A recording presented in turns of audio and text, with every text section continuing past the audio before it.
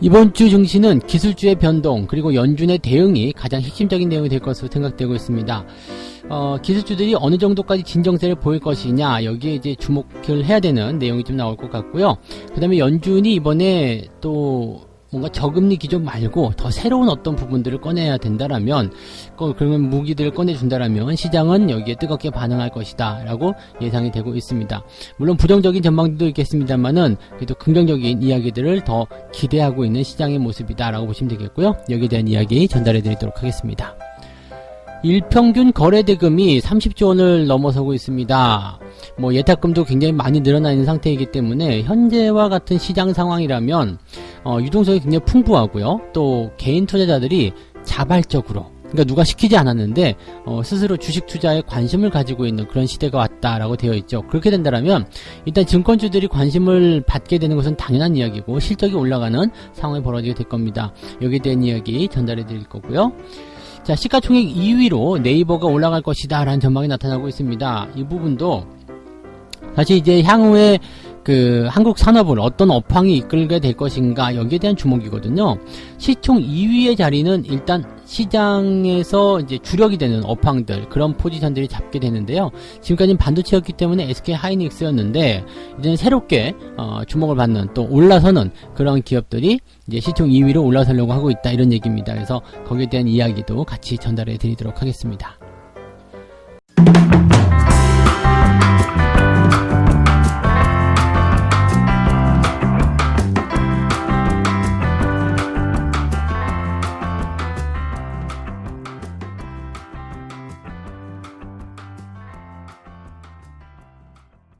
네, 반갑습니다. 오늘은 9월 14일 월요일입니다. 월요병이죠, 월요병. 또 힘들어 막 그렇게 하시는 분 계실 것 같은데 힘들어하지 마시고요. 시장이라는 것은 일단은 여러분들이 뭔가 걱정을 한다거나 생각한거나 바라거나 그렇다고 해서 움직이지 않습니다. 그러니까 그냥 안 그래도 힘든데요, 월요일이라. 그래서 시장 때문에 또 같이 힘들어 하실 이유는 없으실 것 같아요. 그러니까 편안하게 지켜보시면 좋을 것 같고요. 시장이 가지고 있는 이런 변동성이라든지 이런 부분에 대해서는 그냥 내가 대응을 잘 해야 되겠다. 시장은 대응이다. 이것만 가지고 생각하셔도 좋을 것 같습니다. 자, 일단은 시장 이야기 꺼내서 이야기해 보도록 합니다. 이번 주에는 기술주들의 움직임들, 약간 안정세, 진정세 보였다라는 얘기가 있는 부분이 있고요. 또 그다음에 소비와 관련된 경제 지표들 예정이 되어 있습니다. 그다음에 가장 중요하다고 볼 수 있는 것이 이제 연준의 움직임인데 연준의 파월 의장이 또 어떤 식의 발언을 할 것인가 거기에 대한 부분들이 시장을 어떻게 움직여주고 받아줄 것인가로 결정이 될 것 같습니다. 그래서 지금 연준의 움직임들 그 다음에 소비와 관련되어 있는 경제지표들 사실 이게 어떻게 보면 시장의 가장 중요한 핵심일 것이다 라고 볼 수 있겠고요. 그 다음에 기술주들이 약간씩 진정되는 모습들은 그동안 많이 내려갔기 때문이다 라고 볼 수 있겠다라고 보시면 되겠는데 시장에서는 두 가지예요. 그래서 진정세를 보일 것이다 많이 내렸기 때문에 대신에 또 막 올라갈 것이다 아니면 더 많이 떨어질 것이다 이런 식으로 이제 분석들이 갈리고 있는 상태인데 그러니까 쉽게 얘기하면 지들도 모르는 거죠. 네, 지들도 모르면서 그냥 뭐라고 중얼중얼 되는 거다 생각하시면 될 것 같아요. 그래서 거기에 대한 이야기들 같이 좀 알아보도록 해야 되겠죠. 자, 우선은 연준 이야기 좀 보도록 하겠습니다. 연준이 이제 경기 부양에 대한 의지를 좀 강하게 이야기해 준다라면 상당히 좋을 것 같아요. 이번 주 초중반이겠죠? 그래서 그때 이제 발표가 15일, 16일인 걸로 알고 있는데 그때 이제 또 시장에 대한 전망 발표를 좀 해주게 된다라면 물론 이제 시장의 어떤 단기적인 변동에 반응하지 않겠다라고 얘기했기 때문에 특별히 대단한 발언이 나오진 않을 것이다 라고 생각을 할 수도 있겠습니다만 그래도 시장에 대한 어떤 부양 의지를 조금만 더 구체적으로 조금만 더 기대감을 많이 가질 수 있도록 그렇게 얘기만 해준다라면 시장은 훨씬 더 좋은 모습을 보이지 않겠는가라고 생각은 되고 있습니다. 물론 금리에 대한 부분들이 낮게만 된다고 해가지고 저금리 기조 많이 유지한다고 해가지고 시장이 올라갈 것은 아니지만 그래도 저금리 기조 기본으로 깔아놓고 여기다가 추가적인 경기 부양책을 더 갖다 쏟아붓는다라면 상당히 좋은 흐름이 나타날 수가 있겠죠. 네, 그래서 거기에 대한 기대감들이 일단 나와 있는 상태이긴 하고요. 그 다음에 기술주들의 움직임들 많이 올랐다라는 어떤 부분이 있기 때문에 자연스럽게 이런 조정이 나온 것이다. 왜냐면 이제 과매수라고 봐야 되겠죠. 이제 과도하게 오른 부분에 대해서는 약간씩 깎아서 원래 가치대로 돌려놔야 된다라는 평가가 나올 수 있기 때문에 이런 것들은 이제 약간 자연스러운 조정으로 우리가 판단해야 되는 거고, 뭐 닷컴 버블과 같이 이렇게 좀 추세의 어떤 붕괴 이런 쪽으로 가지는 않을 것이다라는 그런 전망들이 대부분 우세하다고 보시면 되겠습니다. 하지만 이제 기술주들의 상승폭이 상당했기 때문에, 왜냐면 이제 지난 3월 시점 대비해서 상당히 많이 올라온 부분이잖아요. 그러니까 그런 내용들이 상당히 기록적인 상승을 기록했기 때문에 이번에 조정이 들어갈 때는 조금 더 많이 깊숙하게 들어올 수도 있을 것이다. 이러한 전망도 같이 나오고 있다고 봐주시면 되겠죠. 그래서 그러한 내용들이 일단은 주요한 포인트로 좀 작용되었다라고 보시면 되겠습니다. 그래서 기술주들은 일단 전망 자체가요, 조금 유지될 것이다라는 전망이 가장 우세하다고 볼 수 있을 것 같고요. 그 이후에 뭐 연준의 움직임이라든지 그런 내용들이 시장을 끌어올리는 그런 형태의 모습으로 갈 수도 있겠다 보시면 되겠습니다. 여기에다가 이제 중국과의 갈등 요소가 또 있죠. 지금 트럼프 대통령이 바이트댄스에 틱톡 매각 기한이라는 것을 부여했잖아요. 그러니까 15일까지입니다. 우리나라는 이제 16일까지로 되어 있겠습니다만, 하여튼 15일 기준으로 해서 매각 기한을 결정을 했고요.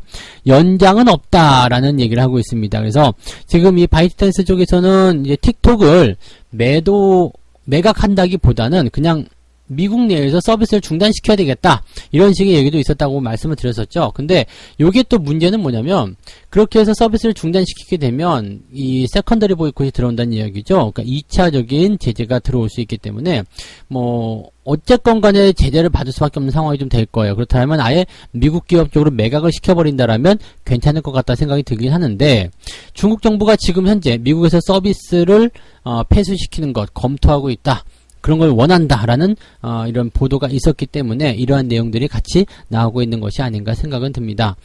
중국 입장에서는 좀 열받는 내용일 수도 있겠습니다만, 이게 뭐 미국 기업으로 넘어간다, 글쎄요, 뭐 그것만 가지고서는 또 뭐 미국이 원하는 그런 니즈를 맞출 수 있을 것인가도 좀 상당히 좀 의문스러운 내용이기도 하고요. 또 미국 입장에서 본다라면 이게 중국을 압박해가지고, 틱톡은 요즘에 좀 많이 주목을 받고 있는 그러한 어플 프로그램이잖아요. 그러니까 이런 쪽에서 알짜를 또 빼오려는 움직임, 그런 거 아닌가 싶기도 하고요. 그래서 현재 미국의 의도를 잘은 모르겠습니다만은 일단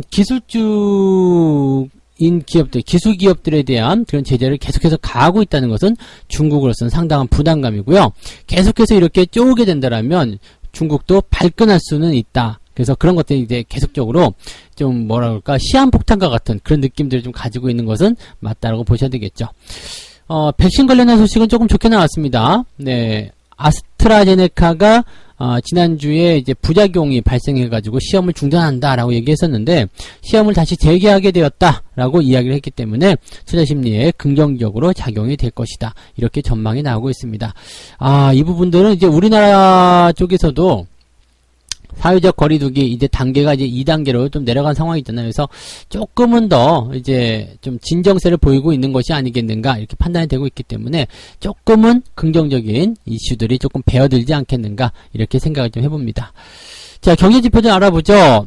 이번 주에는 이제 소비와 관련된 경제지표들이 굉장히 좀 중요한데요.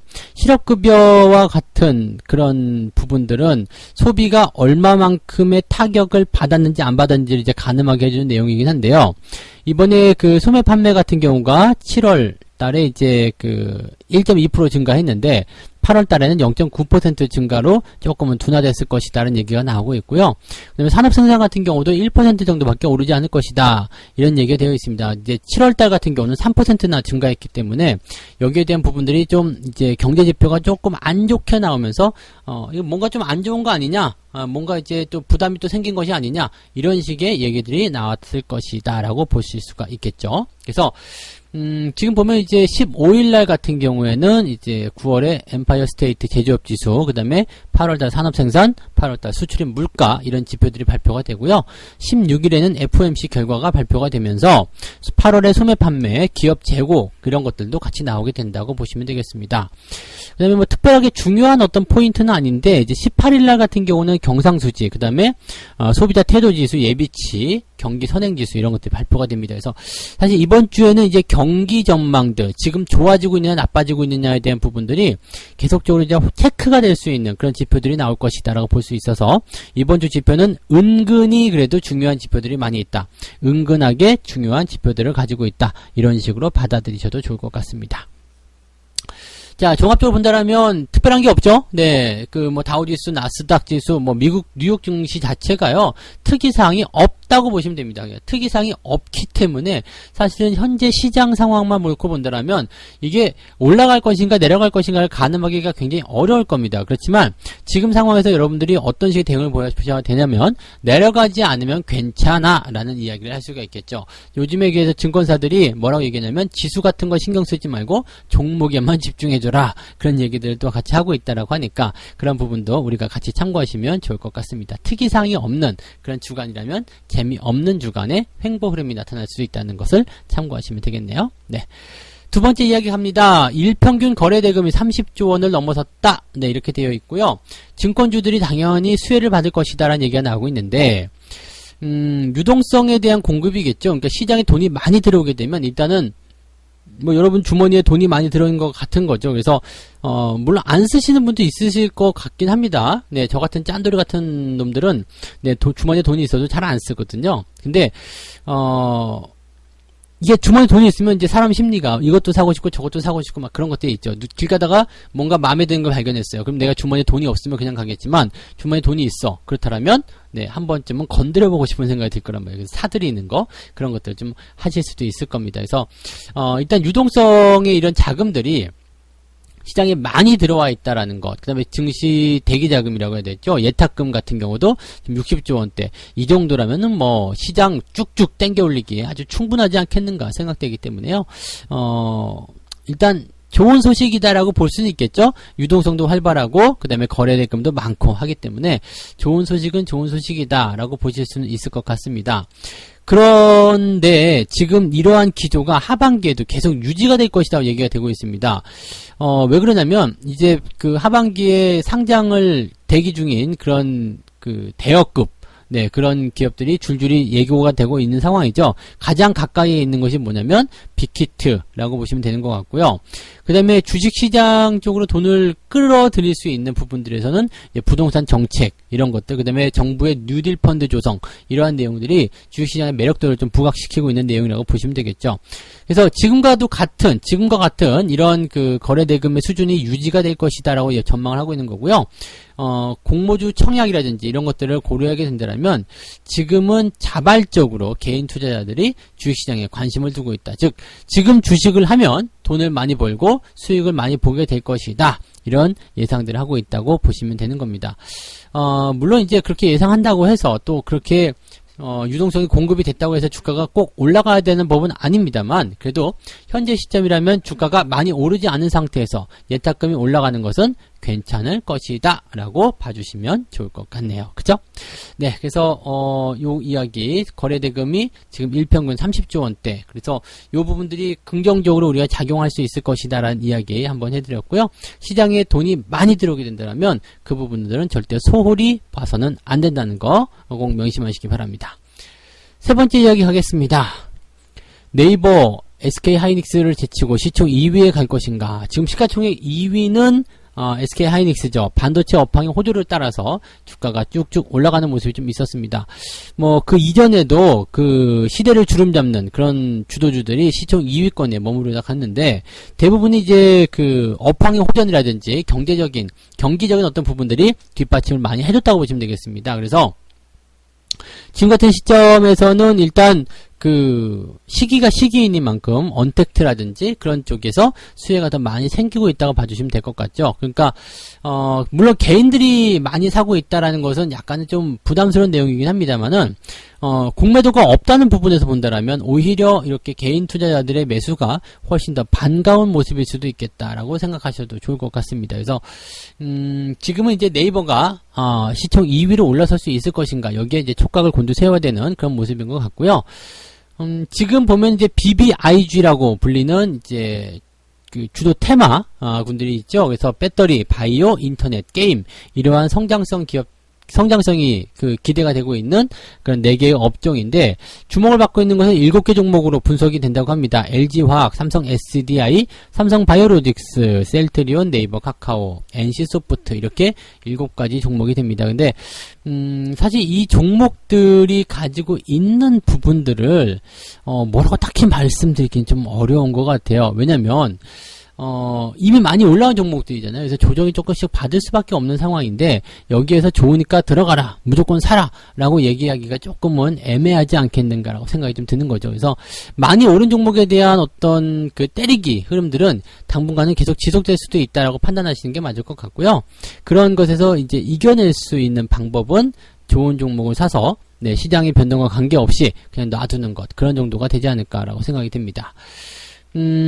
어쨌건 이번 업종 자체가요, 이 코로나와 관련된 부분으로 끌고 올라갈 수밖에 없는 내용이기 때문에 계열에 있는 그런 기업들이 한 자리 정도씩은 차지하는 것이 당연한 것이 아닌가 생각되기도 합니다. 뭐 어쨌건 그래서 시가총액 2위에 대한 그런 어떤 전망이 조금 바뀔 수도 있다라는 거, 그런 정도로 우리가 고민하고 생각하시면 좋을 것 같습니다. 전통적으로 이제 시가총액 2위에 올라온 종목이 속해 있는 업종은 그 시대적 흐름이 주도주적인 역할을 좀 만들어준다라고 되어 있기 때문에 요럴 때는 뭐 저런 종목들 일단은 단기적으로 변수가 있다라고 생각된다면 그런 것들보다는 거기에 소속되어 있는 다른 종목군들을 하나씩 잡아보시는 것도 좋지 않을까, 이 생각을 좀 해봅니다.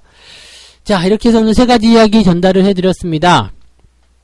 기술주의 변동, 그리고 연준의 그런 대응 전략들이 어떻게 나올 것인가가 이제 주목을 받고 있는 이번 한 주가 될 것이다. 그 다음에 경제지표들 여러가지 설명을 좀 드렸습니다만, 경제지표는 썩 좋지 못할 것으로 생각되고 있죠. 그래서 만약에 연준이 좋은 이야기를 풀게 된다면 전강 후약 정도의 주가 흐름이 예상이 되고 있고요. 전강 후약은 그게 썩 좋은 건 아닙니다. 왜냐면 주말로 갈수록 변동성이 커진다는 얘기가 되기 때문에 이건 썩 좋은 얘기는 아니지만, 그래도 그러한 부분들을 좀 우리가 생각하고 가시면 좋을 것 같다 생각됩니다. 일평균 거래대금이 30조 원을 넘어가게 되면서 유동성이 풍부한 이러한 장세에서는 증권주들, 그리고 투자자들이 자발적으로 증권사를 찾아와서 계좌를 개설하는 그런 형태의 모습으로 가고 있다 생각하시면 되겠습니다. 그런 정도 내용들 보시고요. 그 다음에 3번째 이야기는요, 네이버가 이제 시가총액 2위로 올라설 것인가에 대한 내용입니다. 전통적으로 시가총액 2위에 있는 기업들은 그 시대를 풍미한 그런 어떤 중요한 업종의 대표주인 경우가 굉장히 많기 때문에 누가 이렇게 멋진 흐름을 보여주게 될 것인가, 여기에 주목을 좀 해보실 필요가 있을 것 같죠. 그래서 여기 시가총액 2위권에 과연 종목들이 속해 있는 업황을 올려놓을 수 있을 것인지, 거기에 대한 부분들도 같이 살펴보시는 재미가 있으면 좋겠습니다. 자, 책 한 꼭지 읽고 마무리하도록 하겠습니다. 그간의 실패 경험에서 주식시장은 슬롯머신에서 돈이 쏟아지듯 일확천금을 얻을 수 있는 요술기계가 아님을 깨달았다. 사실 어떤 분야에서든 운이 좋아서 성공한 사람들은 있겠지만, 그렇다고 나도 운이 있을 거라고 기대하고 주식 매수를 해서는 안 된다는 생각을 하게 되었다. 즉, 이것은 예측 같은 거, 공상 이런 거 하지 말란 이야기입니다. 현실만 바라보자, 그런 얘기가 되는 거고요. 주식이라는 것이 뭐 늘 다 똑같지 않겠습니까? 그래서 좀 어떤 식으로, 어떤 방법으로 투자를 해나가서 돈을 많이 벌 것인가에 대한 그런 관점도 꼭 생각하시기 바라고요. 단기간에 뭔가가 되지는 않습니다. 또 한 번 강조드리는 내용이지만, 단기간에 뭔가 대단한 일이 벌어질 것이다 생각하지는 마시고요. 그냥 현재 시장에서는 시간을 투자해서 꾸준하게만 대응한다면 상당히 좋은 결과를 얻을 수 있는 그런 멋진 장이다 라고 생각만 하셔도 좋을 것 같습니다. 자, 이렇게 해서 오늘 이야기 다 마무리가 됐는데요. 뭐 시장에 대한 전반적인 뉴스를 보게 되면은 특별한 것은 없다라고 보셔야 되겠죠. 특별하지 않은 그런 장이라면 역시 개별주적인 흐름들이 조금 더 강해질 수 있다는 얘기가 되는 거고요. 뭐 일단은 오늘 삼성전자가 어떻게 만들어질 것인지, 반도체가 어떻게 나올 것인지 좀 살펴보고, 그 다음에 향후 방향성을 결정하는 것도 나쁘지 않을 것 같습니다. 주식은 절대 예측하지 말고, 아시죠? 대응한다는 걸 절대 잊어먹지 마시기 바랍니다. 배고프다고 아무거나 막 이렇게 드시면 안 돼요. 아시겠죠? 그런 것들은 잊어먹지 말고, 까먹지도 말고 잘 가지고 계시기 바랍니다. 자, 오늘 여기까지 하겠습니다. 저는 장중시황 때 돌아갈게요. 고맙습니다.